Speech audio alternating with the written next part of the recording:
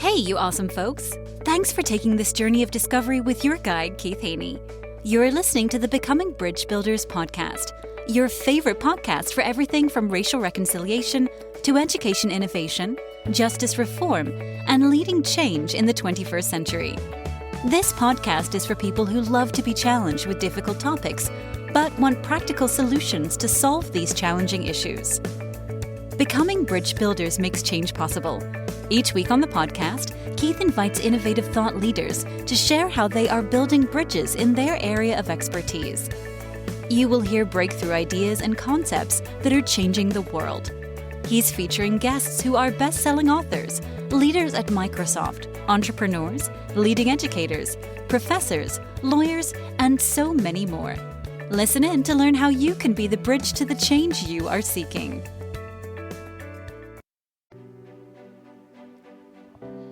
My guest today is Aaron Trahan.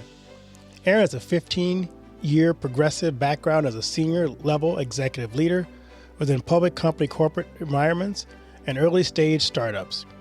Aaron's leadership roles have included overseeing GTM strategy, operations, key growth initiatives, people and organizational development, and performance management. Aaron is passionate about leadership development and almost especially helping professionals find their path from good to great. As a certified leadership and executive performance coach, Aaron leverages his background and training to support leaders with implementing systems, mental models, frameworks, growth programs, and external accountability that allows them to accelerate their path to operating as well as the best version of themselves and reaching their full potential. We welcome Aaron to the podcast.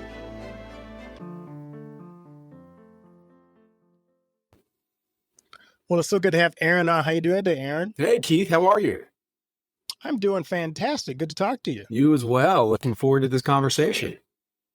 Well, cool. We'll see. You say that now. We'll get into it. You may say, "Oh, well, maybe not." No. You can't throw anything. Anything you don't want to. I'm an open book, ready for any curveballs you got. All right. Well, let's dive in.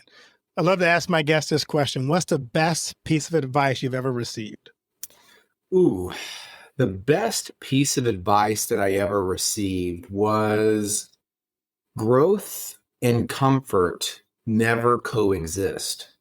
And Ooh, I like that. It's just been a reoccurring theme that I've not only found true in business, I found true in life. And, I think we've all kind of experienced people who want it all, right? They want to remain comfortable, but they also want growth. And until they acknowledge this truth, you just can't have both at the same time. No, that's very true. Anything that involves risk, anything worthwhile doing involves risk, and that doesn't necessarily make us comfortable. Being comfortable doesn't mean you have to take any chances. So, you're probably not going to grow very much, right? That's exactly right. I love to ask my guests this question. Think about people in your life who've been influential mentors for you. Who are they? And we can give them a shout out, kind of let them know how important they've been in your life. Yeah. This one's interesting. And, for me, I think it's so important to realize that we're all on unique journeys, right? And there's a lot of mentors, there's a lot of guiding figures, out there. And while it's important to have, I think we also have to remember and be cautious to not take too much advice from one person because everything's unique. Everything is different. It's not to say that I don't have mentors or don't have people that are crucial in my life, but we also have to remember that someone else's advice could be them just reading off their winning lottery ticket that may have worked in that special situation and that unique time period or company or whatever it may be. And, I think for me, and this is not to sound too self-centered by any means, but I think it's also important to zoom out and think about the guidance that our future selves would give us. Getting clear on who we want to be, what we want to become, and are we living today that would make the 80-year-old version of us proud and not have regrets. And so I think there's just a combination of a lot of people that I may have got a little bit of this from. On the other side, a combination of people that I've seen what definitely not to do. But for me, I think it all comes back down to minimizing regret for my future self. And it's that vision of who I want to become. And am I making that 80-year-old version of me proud and not having to kind of live the golden years with regret? So yeah, I would almost have to say it's the future self that I want to become is who is my kind of guiding force. Sure. Interesting. I'd love to hear from my guests a little bit about their journey. So tell us about your personal journey.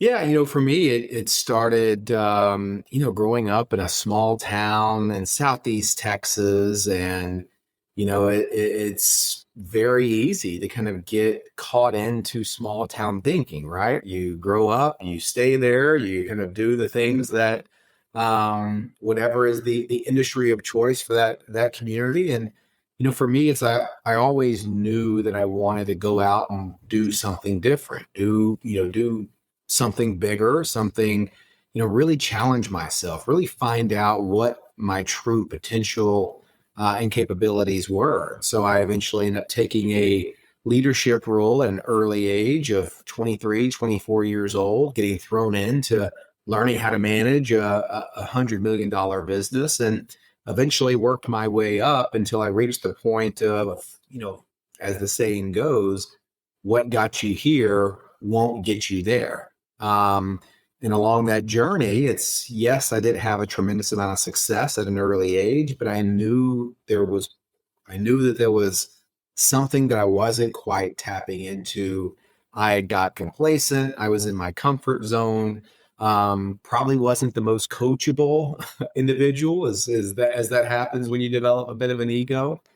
And that journey really led me into discovering that if I can make everybody else around me better, it was going to ultimately be the path for me to get to where I wanted to go. And so that was a massive shift in my life that occurred about 10 years ago that completely put me on the journey that I'm on today, where I get to work with business leaders, entrepreneurs, any type of business executive, really helping them make that leap from good to great, or making the leap from their current version to their ideal version.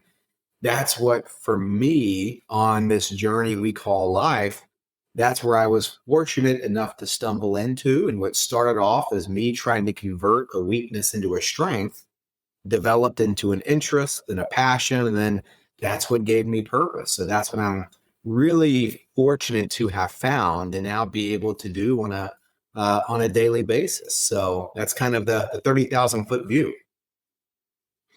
What would you describe as your leadership style?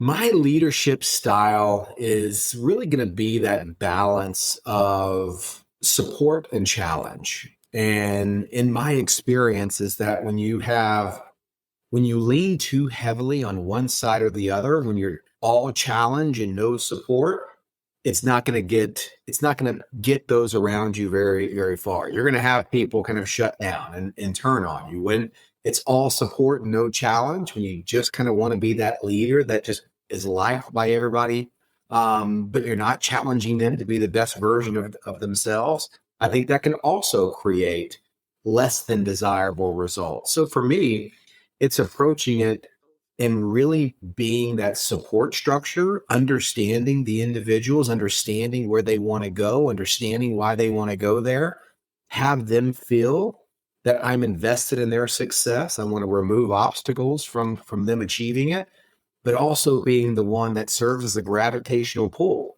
that challenge aspect too, to help get them out of a comfort zone.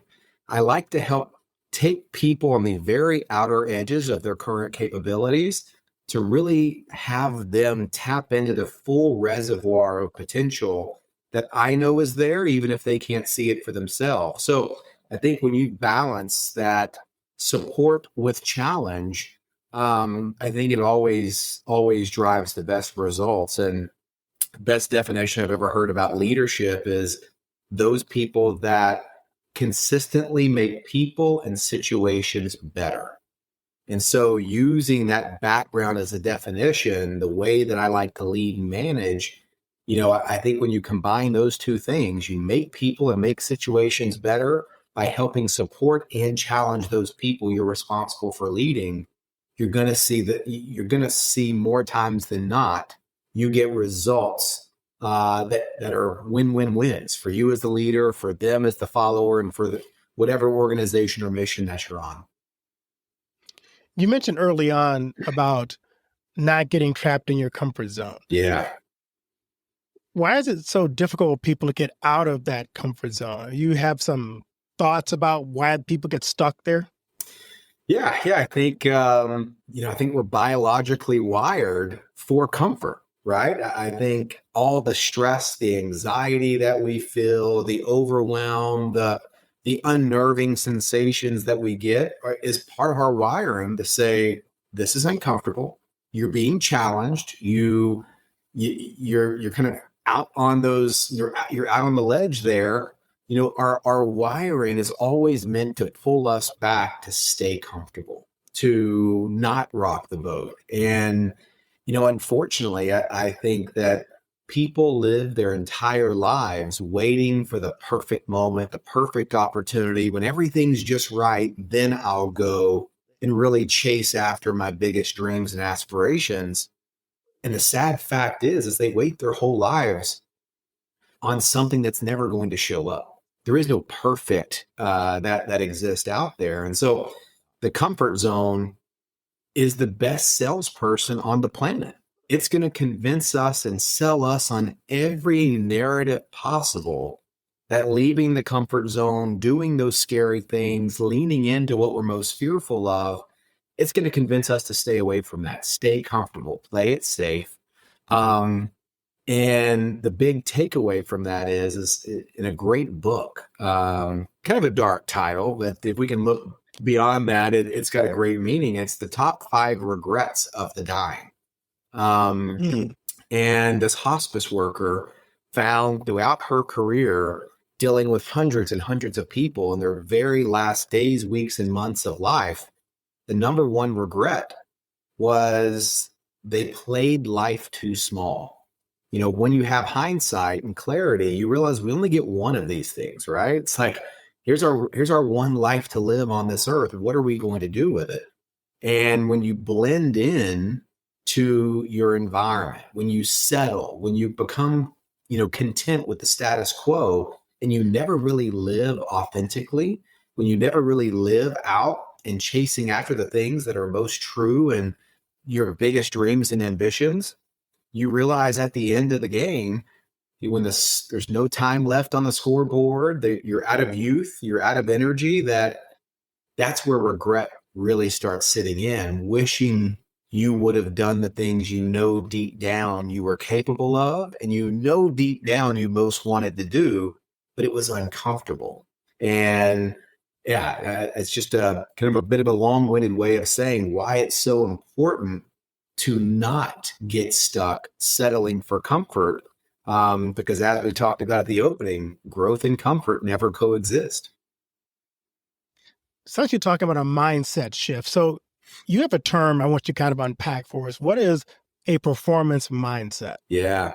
So, I got to give a shout out to the great work that the Stanford psychologist Carol Dweck has done over the years of kind of bringing mindset to the mainstream. And I think just about everybody that you walk by on the street, if you stop and ask them, hey, what do you know about fixed mindset versus growth mindset?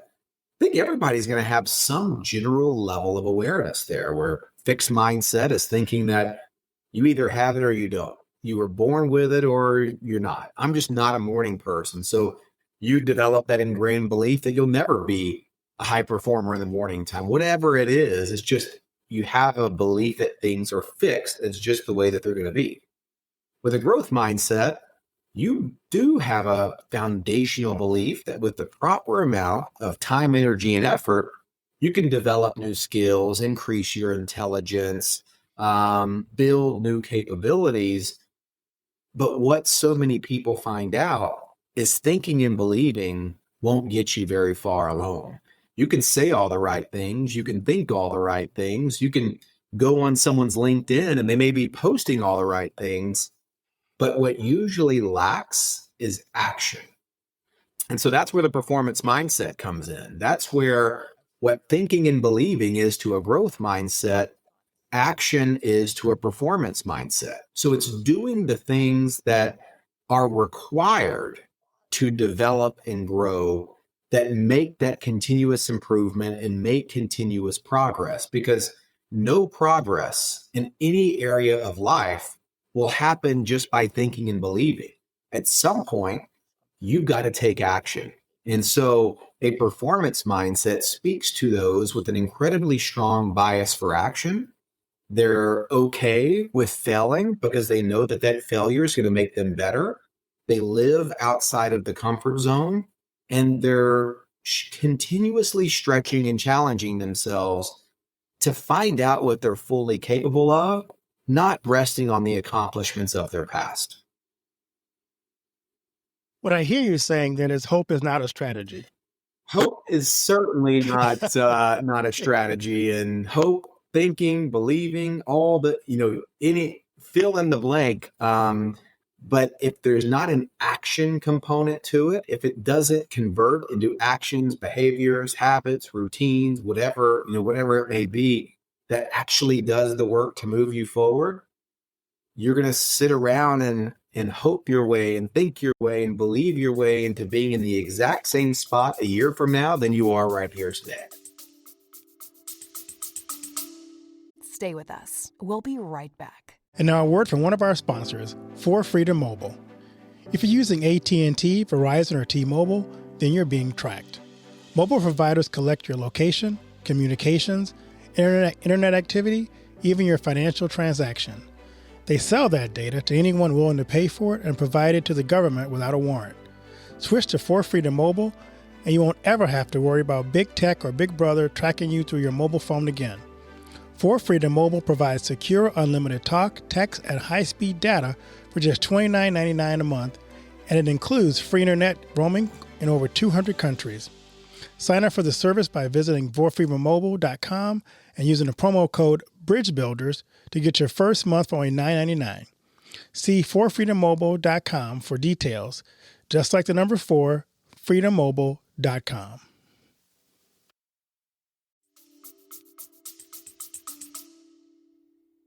Listening to what you're saying, it kind of gets me the impression that fear plays a big part in stopping us from accomplishing our goals. Maybe fear gets us locked into that fixed mindset.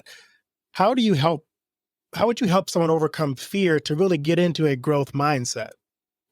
Yeah, I think, fear plays such a big role. And most especially if we kind of go a layer deeper, it's the fear of failure, right? We as humans, especially as we get older and we have some experience, we're so afraid of looking stupid. We're so afraid of sounding stupid, right? As we kind of grow older, we want to become the subject matter experts in whatever it is. We want to dish out guidance and advice. We don't want to be in learning mode. And it's that fear of looking foolish. It's that fear of staying as a lifelong learner is typically the differentiator between those that continue to grow, develop, and find new success versus the ones that get stuck in a comfort zone. So a great saying that I think holds true when we think about fear, and this is all narratives that are told to us from the comfort zone, right? When we're thinking about taking an action, the comfort zone is going to provide the list of all the scary reasons on why you shouldn't. And so when you look out, that fear looks like this big, vast ocean. But what happens when we take the first step, no matter how small that step is, we realize that that ocean of fear may in fact be a mile wide, but it's only an inch deep. So the fear that our comfort, or the voice from the comfort zone that has led us to believe that's there, is largely a mirage once we start taking action. So the challenge that I would like to issue to your audience here is, let's just redefine what failure actually means here for a second to address this fear head on. Failure, instead of it meaning not achieving or not accomplishing something, what if we change that definition of failure to not trying something? So now, if failure meant not trying versus the scariness of losing or failing or not achieving, I think we would all live our lives pretty differently if if what we deemed failure as is not trying, not taking that action. I think lives would be a lot different for a lot of people. Speaking of failure, we get the impression sometimes successful people don't fail. But in your experience, what are some of the biggest mistakes even successful people make? Yeah, I think what's interesting is people that achieve success and then keep achieving it are always the ones that fail the most. So it's actually completely inverted. And, where people never live up to their own expectations or their own potential is when they let their current success be the very thing that prevents future success.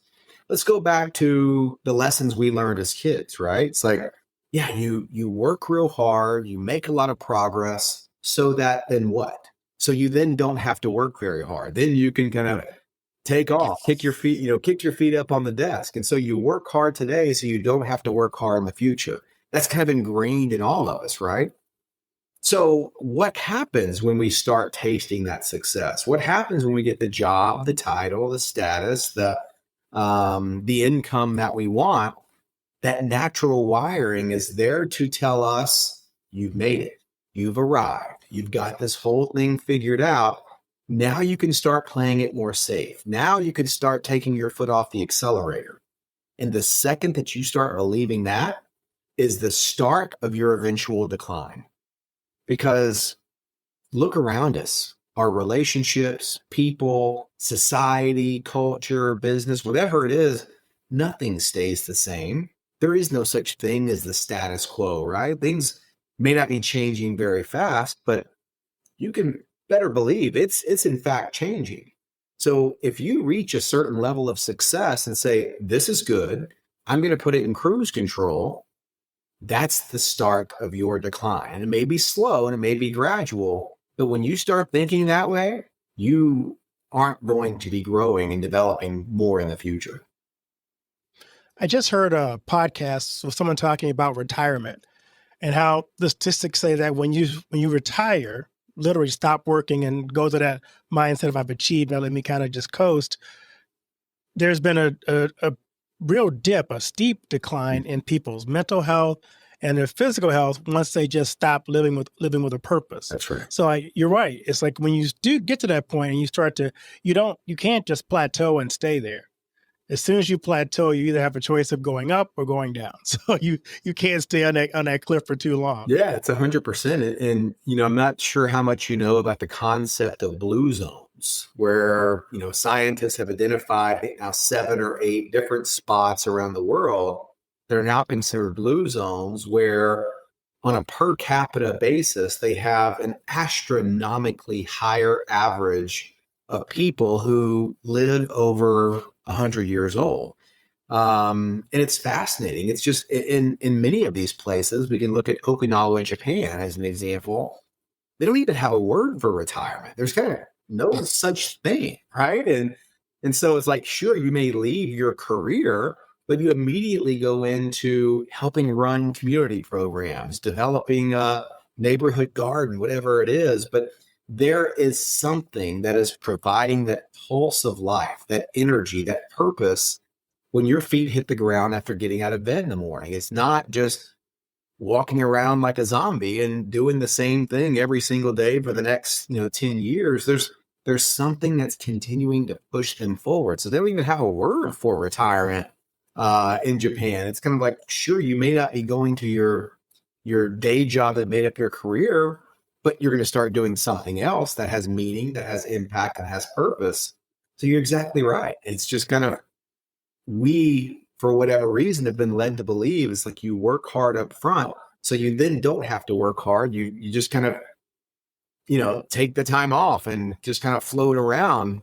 But that's exactly what people realize is when there is no agenda, when there is no gravitational force that's driving them to operate with impact and purpose and passion, yeah, something pretty interesting starts happening, and we start getting older and we start declining at a much faster rate. Sounds like that's kind of a downside of success, then, that idea that I have achieved so I can coast. That's exactly it. It is and I wish it's talked about a lot more, because that is exactly what I see over and over again is the downside of success, is that once we achieve it, we start behaving, we start acting, and we start approaching life dramatically different after achieving success versus what we were doing prior to. And then we wonder 20 years down the road, it's like, I never met the expectations. I never realized my full potential. And it's because we were coaxed into the comfort zone because we thought we had it all. We thought we had the success we were striving for. We thought it was a finite race versus an infinite race. And yeah, we put the car in cruise control way too early. Keeping that in mind, how important would you say it is for us to really consider setting appropriate goals in our life? Oh, I think it's everything. I think, always having goals is an important part of keeping us going. I think without, whenever I interact with either leaders or businesses, and, when they're not clear on their goals, it without fail has compounding consequences, because without a goal, you don't know what's important and what's not. Without a goal, you're not going to know what's a priority and what's not. Without a goal, you're not going to know what activity is meaningful and what activity is going to be a distraction. So I think goals and the supporting milestones that lead you to goal attainment is a great filter for us in life, because without them, how do we know where we're going? How do we know where the destination is?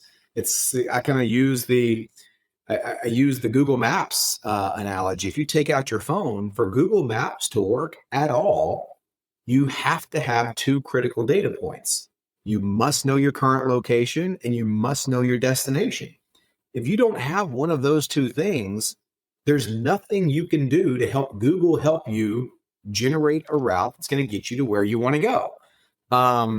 Yet we forget about that in our lives sometimes, and even in our businesses as well. We don't have a clear destination. We don't know what the goal is. We don't know what's most important. And so if you don't know what's most important, everything's important. If everything's important, nothing's important.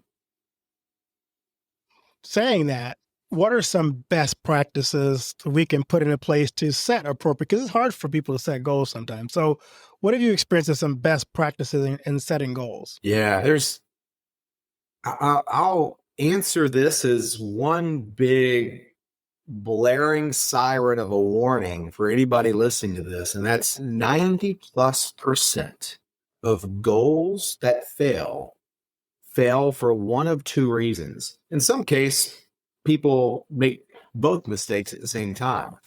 But number one is, beyond setting a goal and having a goal, what all the research has found to be most important is being able to effectively track, measure, and monitor progress towards that goal.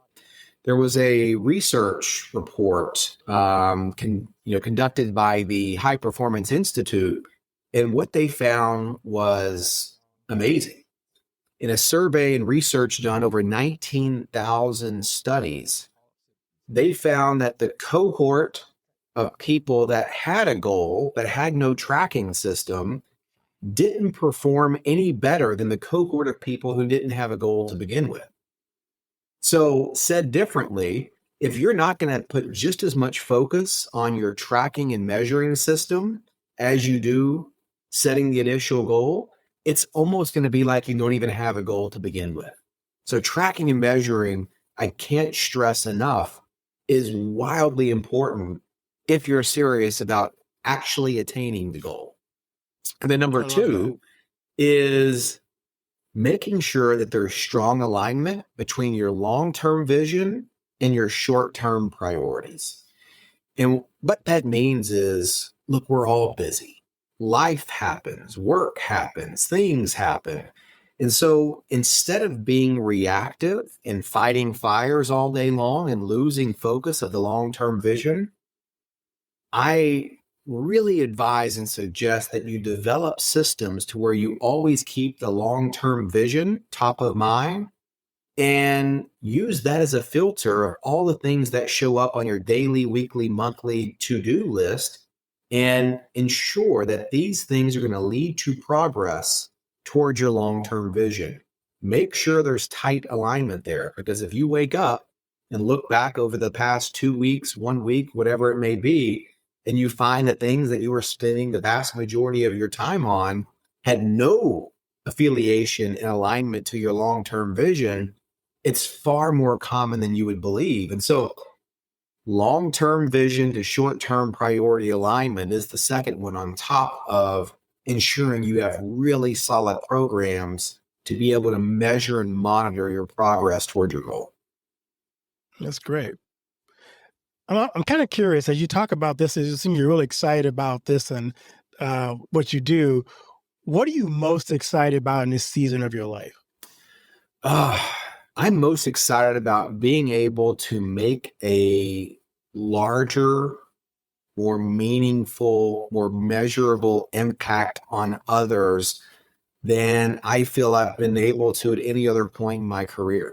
I think building and managing a big business and seeing the metrics improve and, seeing the financial benefit that comes to me, I think, sure, it was fun, it was important, but actually helping others and helping provide the tools, the frameworks, the models that serve as a springboard for others to go from their version of good to great, to go from their current state to their ideal state.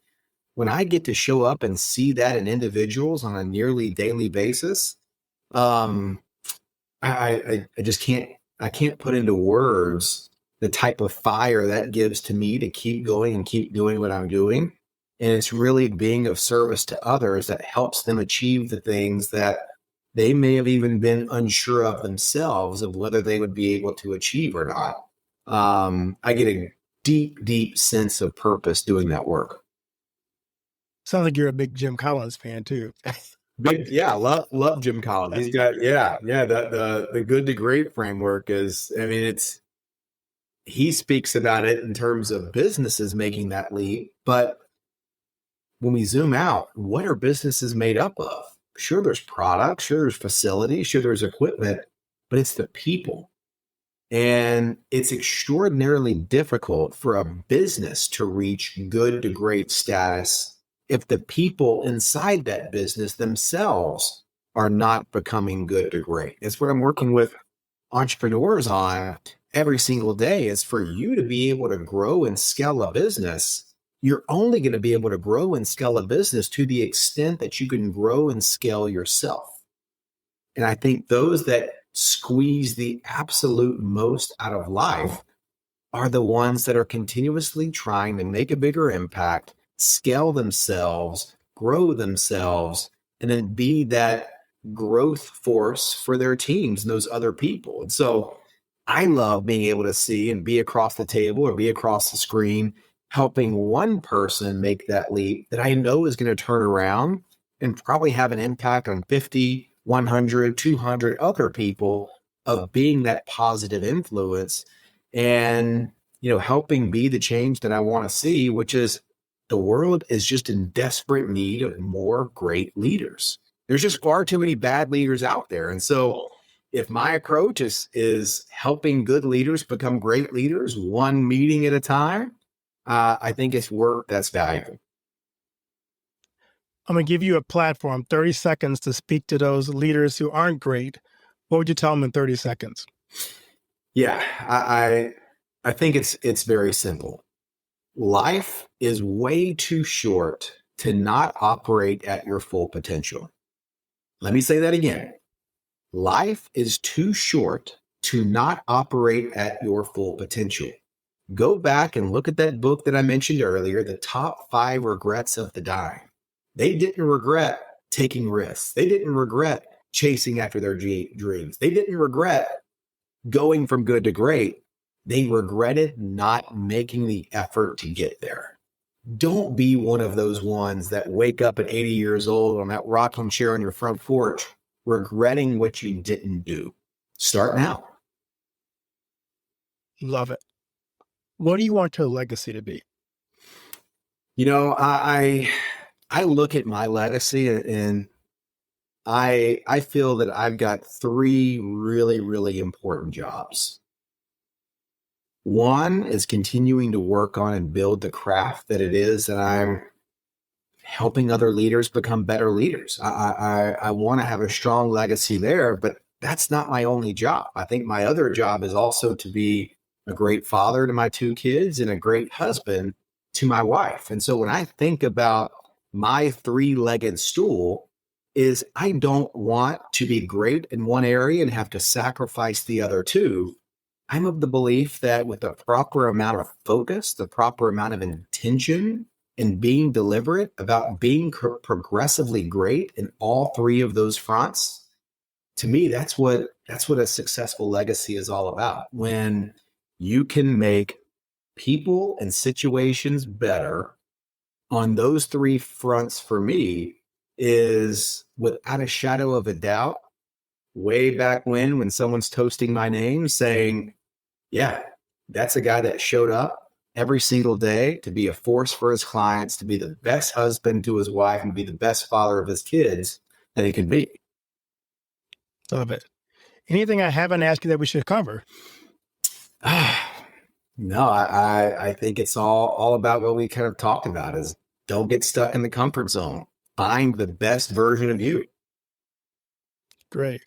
Where can people learn more about you and find you on social media?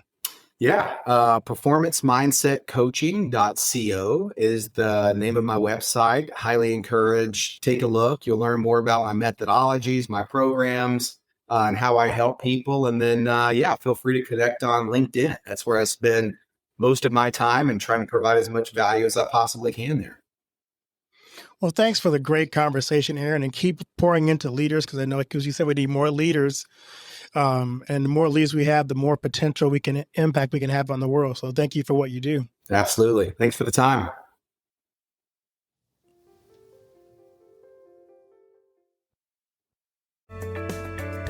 Thanks for listening to Becoming Bridge Builder.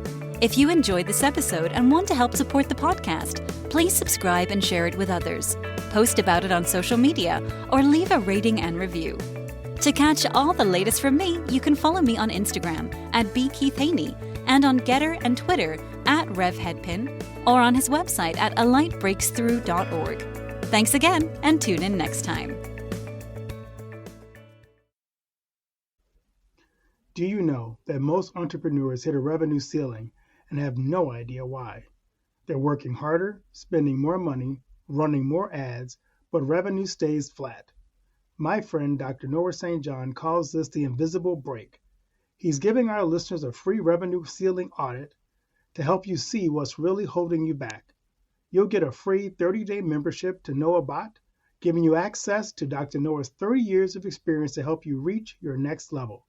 But hurry, because there's only 50 available this month. So if you're tired of being stuck at the same revenue level and want to finally break through, get your free revenue ceiling audit at drnoahvault.com in the affiliate link that'll be listed in the show notes.